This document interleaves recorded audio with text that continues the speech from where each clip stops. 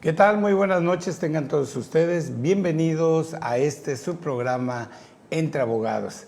Hoy tenemos pues la gran satisfacción de que nos acompañe una jueza federal de aquí de Poza Rica, que es la licenciada Natividad Regina Martínez Ramírez, que ella es titular del Juzgado 11º de Distrito aquí en el estado. Licenciada, bienvenida y muchas gracias por aceptarnos la invitación. No, al contrario, muchas gracias por la invitación, por el espacio para poder platicar un poco de todos los acontecimientos que están pasando últimamente. Muchas gracias. Gracias a usted, licenciada. Y bueno, pues vamos a hablar precisamente con ella, este tema que tanto suena por ahí en el ambiente, que es el de la reforma al Poder Judicial.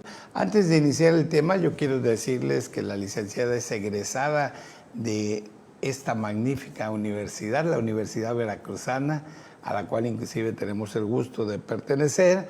Ella, pues, tiene más de 15 años de experiencia en el Poder Judicial y le tocó empezar desde el inicio, empezar como oficial administrativo, para luego ser secretaria particular, luego ser secretaria de un colegiado. Y de juzgado Y de juzgado. Bueno, entonces hay una amplia experiencia que precisamente esto es lo que marca la diferencia. Ahorita que vamos a entrar en el tema, la carrera judicial. La carrera judicial es muy importante porque vemos cómo evoluciona la mentalidad, la cosmovisión de un funcionario del Poder Judicial del inicio a conforme va adquiriendo mayor experiencia. Ella tiene 2 maestrías precisamente que ya ha cursado, que es en Democracia y Derechos Humanos, que es uno de los temas muy importantes, y de Competencia Constitucional. Licenciada, pues tenemos una gran satisfacción de que nos acompañe, que estemos aquí y que platiquemos de este tema de la reforma al Poder Judicial. Mi primer pregunta sería, ¿es una verdadera reforma al Poder Judicial? Y hablemos al Poder Judicial, no sé por qué se encuadra como Poder Judicial nada más, sino a todo lo que es la administración de justicia. Claro, la reforma como está propuesta, como el Ejecutivo la está proponiendo, es una reforma que no abarca todos los ámbitos que se necesitan para hacer una reforma judicial integral y que realmente resuelva los problemas de justicia que hay en nuestro país. El discurso que de parte del Poder Judicial se ha manejado es de que sí es necesaria una reforma judicial, pero una reforma judicial que atienda a todos los problemas. Entonces podemos decir que definitivamente sí necesitamos una reforma al Poder Judicial más amplia, no tan reducida.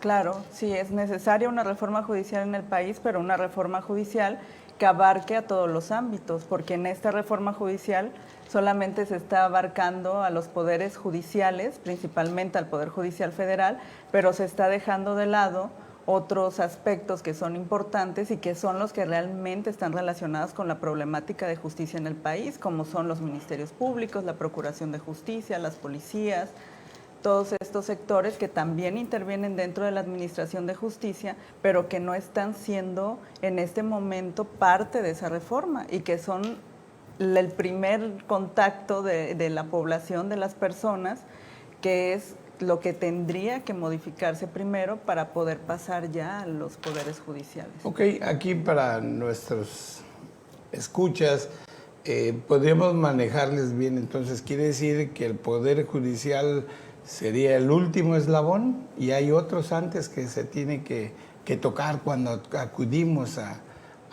que nos impartan justicia? Claro, nosotros como jueces y juezas federales somos el último eslabón de toda esa cadena de justicia. Por ejemplo, en el ámbito penal, pues las personas tienen que acudir primero, pues si interviene la policía, tiene que acudir a un ministerio público, bueno, fiscalías ahora. En esa intervención también entran los servicios periciales que se encargan de la investigación científica de los delitos y el Ministerio Público o Fiscalía es quien se encarga de recabar la información y de integrar un expediente llamado carpeta para luego judicializarla y llevarla a un juez del fuero local, que él es quien va a decidir. Y ya después de que se dicta una sentencia, pues se puede ser apelable, que también conoce una sala del mismo tribunal, del mismo Poder Judicial local, y ya como último escaño pues está la justicia federal, que somos los jueces y magistrados de circuito. Ok, yo creo que sí tenemos que reconocer que definitivamente entre la gente habla de que se quiere un cambio en el Poder Judicial, pero yo creo que la gente más se enfoca, lo acaba de decir usted muy atinadamente, a ese primer contacto que tenemos. O sea, porque cuando sucede un delito, cuando se nos acusa o cuando somos víctimas de un delito, pues no vamos y corremos ante el juez a pedirle que nos haga justicia. Acudimos ante las policías, acudimos ante la fiscalía, y ahí es donde empieza todo el engranaje hasta llegar al Poder Judicial. ¿Usted cree que esta reforma, ahorita entramos en materia en qué consiste la reforma, pero que esta reforma sea suficiente, cambiando una sola parte de ese gran todo, corregimos a la administración e impartición de justicia? No, no va a ser suficiente y no responde de ninguna manera al reclamo social. La Suprema Corte de Justicia de la Nación, a la par de toda esta reforma, organizó unos foros en donde se escuchó no solo a abogados, no solo a jueces, sino se escuchó también a la población y a grupos vulnerables y ciertas personas que están fuera del ámbito jurisdiccional, como para ver qué es lo que se requiere en materia de justicia. Y lo que se detectó en estos foros es de que el reclamo social es acceso a la justicia. Sí. Y ese acceso a la justicia de ninguna manera se va a lograr a través de la elección popular de jueces y magistrados. El reclamo de acceso a la justicia tiene que ver, volvemos a lo mismo, de los escaños, de los primeros niveles de contacto con los que tiene la sociedad, para que a partir de ahí puedan pues juzgarse sus casos, investigarse los delitos y cambiar esta percepción de impunidad que hay que siente la población, ¿no?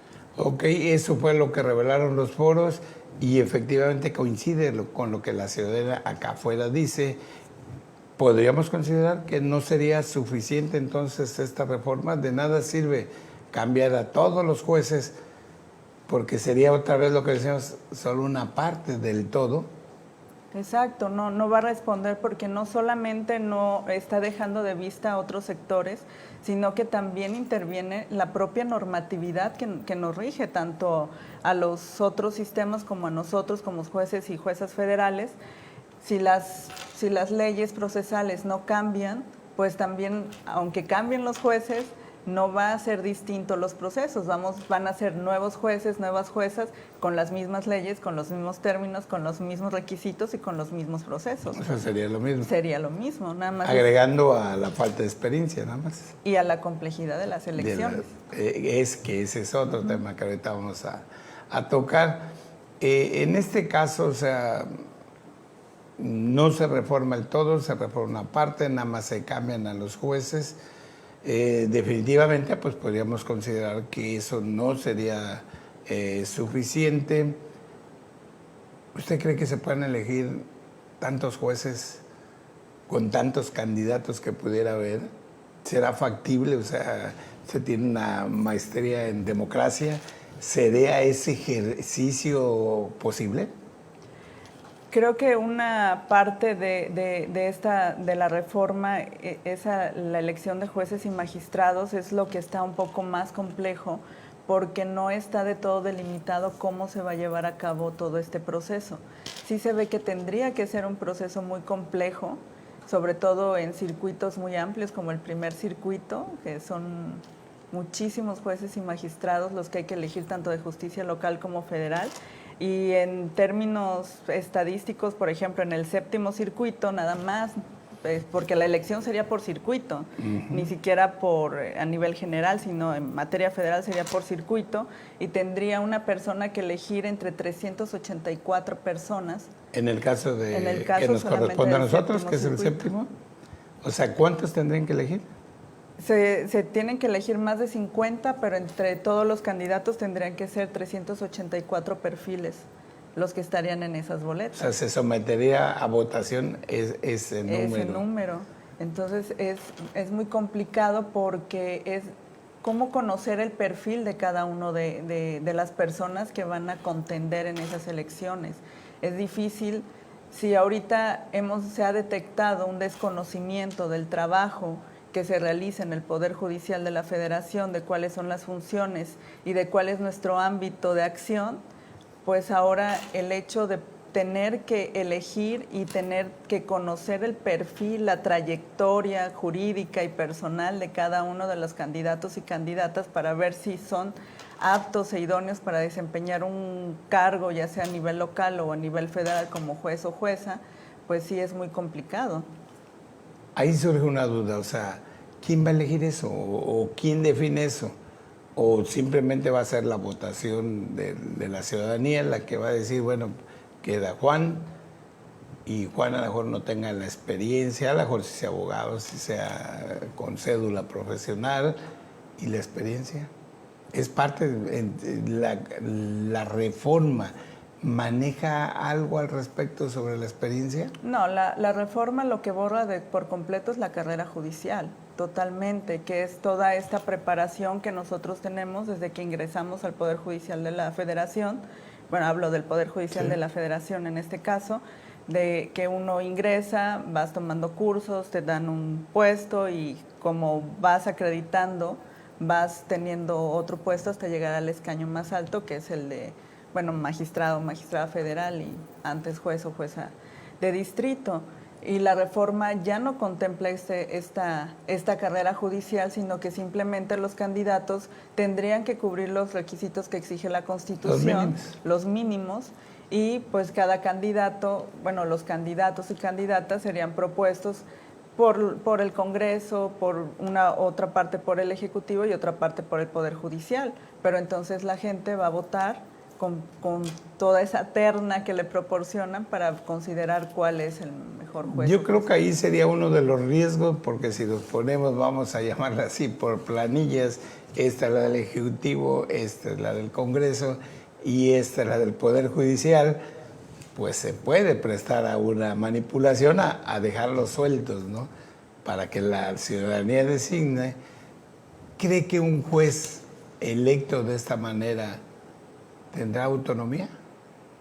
No, eso es también parte de la crítica a la reforma, que con eso se corre el riesgo de aniquilar la independencia y la imparcialidad de la persona juzgadora, porque ya al someterse, primero, para poder estar en una terna, tiene que ser propuesto por cualquiera de los tres poderes, y cuáles van a ser esos, pues, requisitos o cuál es ese parámetro que cada uno de los poderes va a tener para elegir y decir, bueno, tú vas por mi terna y a ti te propongo, ¿no? No están delimitados más que pues, que cumplas con la Constitución, pero entonces, ¿qué otros factores van a permear o van a intervenir para que el Congreso o el Ejecutivo o el Poder Judicial te propongan?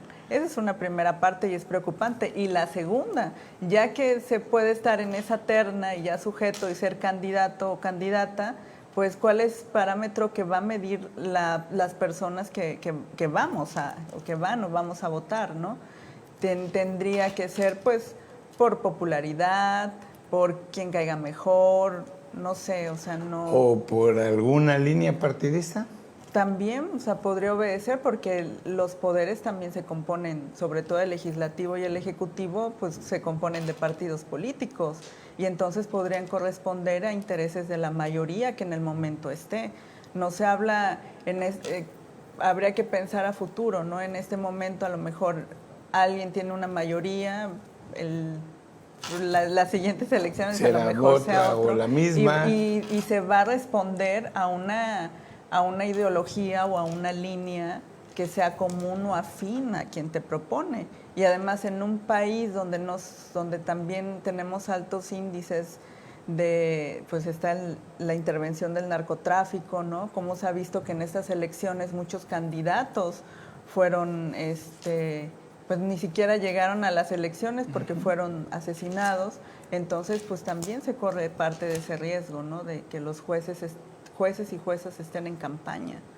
Ok, aquí veríamos dos vertientes que serían preocupantes. Una, que se rompe la carrera judicial, y el otro sería que se rompería la autonomía de los jueces. Los jueces son autónomos ahorita. Sí. ¿Sus decisiones son de ustedes? Claro, totalmente. A nivel federal, yo en todo el tiempo que llevo de experiencia jamás he recibido una llamada o una línea de cómo resolver determinado asunto. Siempre es resolver conforme a las constancias, conforme a la ley y sobre todo conforme a la Constitución.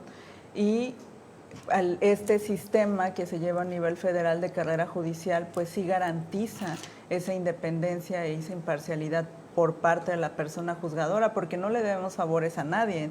Cada uno que llegamos a estos escaños más altos de la carrera judicial lo hemos hecho a través de exámenes y de cursos, exámenes de oposición que son públicos y que no respondemos a ningún interés en específico. Ok, podemos decir entonces que si tenemos jueces de elección, ¿tendríamos jueces compadrinos? Podríamos caer en esa situación. Y en consecuencia compromisos con el padrino. Compromisos. Llámese el padrino, persona física, moral o lo que fuera. Es que hay que recordar que pues cuando alguien está sujeto a una elección también responde a una línea ideológica, ¿no? Claro. Y también que ya pues lo vemos en los poderes que sí son de elección popular, el ejecutivo y el legislativo, pues que la gente vota y vota por un perfil, vota por una idea, vota por una ideología, por una línea, por un plan, pero un juez no puede prometer eso. ¿Qué puede prometer una persona juzgadora? Yo voy a resolver a favor de cierto gremio, no lo podría hacer. Esa era la pregunta, o sea, ¿qué le voy a ofrecer si yo soy candidato? ¿Qué le voy a ofrecer a la ciudadanía? ¿Mejores sentencias? ¿Más sentencias? ¿O sentencias favorables? ¿Qué ofreces como juez? Si eres un juez, depende de tu caso concreto. Entonces, ¿cómo vas a hablar a futuro de un caso concreto? ¿O qué ofrecería un juez en una campaña, no? Exactamente, esas son las dudas que surgen. O sea, uno como candidato, ¿qué podrías tú proponer? ¿Qué podrías prometer de hacer? Además, bueno, resolver los asuntos en un plazo más corto, eso muchas veces depende de cada asunto en particular, ni siquiera, no sé, sentencias más claras, pues eso también creo que no. Que además es algo que ahorita la Corte ha marcado mucho y que todo el Poder Judicial, que claro. van mucho rumbo a tener sentencias más claras, más accesibles, con tanto cambio que ha habido, que han sido para bien. Entonces todo eso se rompe. Todo eso. Porque cambiamos desde los ministros, los magistrados, los jueces. El Consejo de la Judicatura. El Consejo, y todavía le generan otro que es el de honor o algo así, que los va a quitar, los va a poner. Cuyas reglas tampoco están muy claras. Ese es otro aspecto de la reforma de este cuerpo de disciplina, que no está claro cuáles son las reglas de operación y sobre todo que como está redactada la reforma parecería que también intervendría en la revisión de sentencias y eso también rompe con la independencia judicial. O sea, ¿quiere decir que vamos a elegir jueces sin reglas claras? Así es. Eso es lo preocupante de la reforma, ¿no? En los términos en la que está planteada. Por eso es de que desde el Poder Judicial se ha apelado a que de veras haya una discusión, una intervención que nos permitan a nosotros como operadores jurídicos expresar nuestras experiencias y con base en esa experiencia también hacer propuestas. Porque, insisto, nosotros no estamos peleados con que no haya una reforma judicial, también creemos que es necesaria, pero no se están escuchando a nosotros que somos los operadores jurídicos. Entonces, ¿cómo es posible que hablen de nosotros, que hablen de nuestra función si ni siquiera se conoce? Entonces, que nos permitan a nosotros también intervenir verdaderamente. Hablas de mí, pero no me dejas hablar, opinar. Conóceme. Exactamente, así es como tiene que ser. Conocen nuestra problemática porque incluso nos están deshumanizando. Como personas juzgadoras nos están deshumanizando. Somos una cifra dentro de 1.600 a los que se remiten, sin observar que dentro de esos 1.600 somos 1.600 personas, que somos seres humanos, que somos padres, que somos madres y que sobre todo que somos ciudadanos también y que también nos preocupa el futuro del país, que no solamente estamos viendo por nuestro beneficio, por nuestra estabilidad laboral, que pues reclamo de que nos escuchen es porque también queremos un mejor país para nosotros y para nuestra familia. Entonces, no puede haber una discusión sin escuchar al Poder Judicial, sobre todo al federal, ¿no? ¿Y se ha escuchado? No se ha escuchado en estos diálogos que se han efectuado por parte del Congreso, en donde han tenido intervención. Pues vimos el primer diálogo donde estuvieron los ministros y los consejeros, pero en los subsecuentes, ayer, en días pasados, uno de los consejeros hacía cuentas y decía, a nosotros solamente nos han otorgado 4 horas para poder expresarnos y poder... Todo parece indicar que es una simulación, de decir, sí, te escuché, pero pues no, ya ahí quedó. Pero realmente no ha habido una escucha, ¿no? Siempre se topa con que va porque va y entonces no nos están escuchando desde acá cuál es la problemática y lo que nosotros podemos aportar.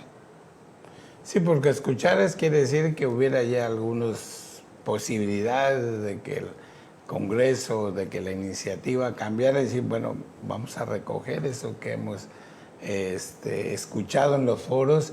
¿Será que eso pase? No está pasando, de hecho. O sea, es el mismo discurso de una parte, de la otra, y no hay una escucha abierta. Y sobre todo, ni siquiera el espacio para poder expresar nosotros cuáles serían los puntos que tendrían que verse para esa reforma, ¿no? Me tocó ver un foro donde participaban y efectivamente poca la participación. En ese foro participó uno que fue juez federal aquí, el licenciado Arango. Y bueno, pues tuvo que hablar, se ve que tenía un tiempo y habló rapidito. Muy buena su ponencia, su propuesta, pero con muy poco espacio, lo sentí yo. Sí, así ha sido en la mayoría de los foros. Insisto, el consejero Montalvo lo dijo muy bien en días pasados, que se han apagado micrófonos, se ha cortado tiempo, se ha impedido el acceso. De hecho, la directora general de la Asociación de Jueces y Magistrados en uno de los diálogos estaba invitada y después ya no la dejaron pasar. Y son esta problemática que nos hemos enfrentado, que finalmente pues creemos que no hay una escucha por parte de las personas legisladoras que son quienes ahora tienen en sus manos esta reforma, ¿no? En lo personal, para poder terminar esta entrevista, me gustaría que quisiéramos que acudiera y tuviéramos alguna continuación de esta, ¿a favor o en contra de la reforma? ¿Y por qué? A favor de una reforma judicial, pero no como está planteada en este momento. ¿Por qué? Porque sí se necesita un cambio en el ámbito judicial, pero para acceso a la justicia a las personas. Y la reforma judicial, conforme está planteada en este momento, no responde de ninguna forma a ese reclamo social. No se está viendo de qué manera acceder a la justicia, no se está viendo la posibilidad de mejorar las defensorías públicas, de incrementar el número de defensores, porque si la justicia sale cara no es porque nosotros la cobremos, es porque las personas tienen que acudir con una persona profesional, abogada o abogado, y que pues tienen que cubrir los honorarios, pero para las personas que no tienen cómo cubrirlos, pues están las defensorías públicas que también cuentan con asesores, pero no se dan abasto, son muy pocos, y entonces en ese tipo de cuestiones es donde nos deberíamos de enfocar primero, y ya después de ver cómo opera o cómo mejora todo esto, ver ahora sí, bueno, qué está pasando, ahí qué hay, porque estamos bajo un discurso de que hay corrupción sin ninguna prueba. Entonces, creo, desde mi punto de vista personal, esta reforma, como le está planteada por el Ejecutivo, no va a solucionar los problemas. Si un juez libera a alguien, ¿es corrupción? No, porque el juzgador lo hace con base en lo que analizó en el expediente con base en la ley, con base en la Constitución. Entonces, si un juez muchas veces, eso de que lo suelta, ¿no? Se ha empleado el término, el juez lo soltó. Lo dejaron No, en libertad, el juez analiza una carpeta de investigación. Y si esa carpeta no está debidamente integrada, el juez no puede hacer otra cosa más que liberar a la persona. ¿Por qué? Porque también partimos de un principio de presunción de inocencia. Y ese principio de que todos somos inocentes hasta que se demuestre lo contrario, pues quien tiene que demostrar lo contrario son las fiscalías. Y si ellas no están haciendo el trabajo, es por eso mismo que sus carpetas no están produciendo los efectos que quisiera la institución de la fiscalía. Si realmente yo estoy certero de que esa persona es culpable, pues aporta las pruebas para que el juez las valore y con base en eso lo va a poder hacer. Pero si vienen mal integradas, con falta de, dependiendo la etapa, ¿no? De datos de prueba o de pruebas ya en el juicio, pues no hay ninguna manera, porque ahí sí se estaría cometiendo una arbitrariedad, se estaría yendo contra la Constitución y ahí sí estaría habiendo un problema.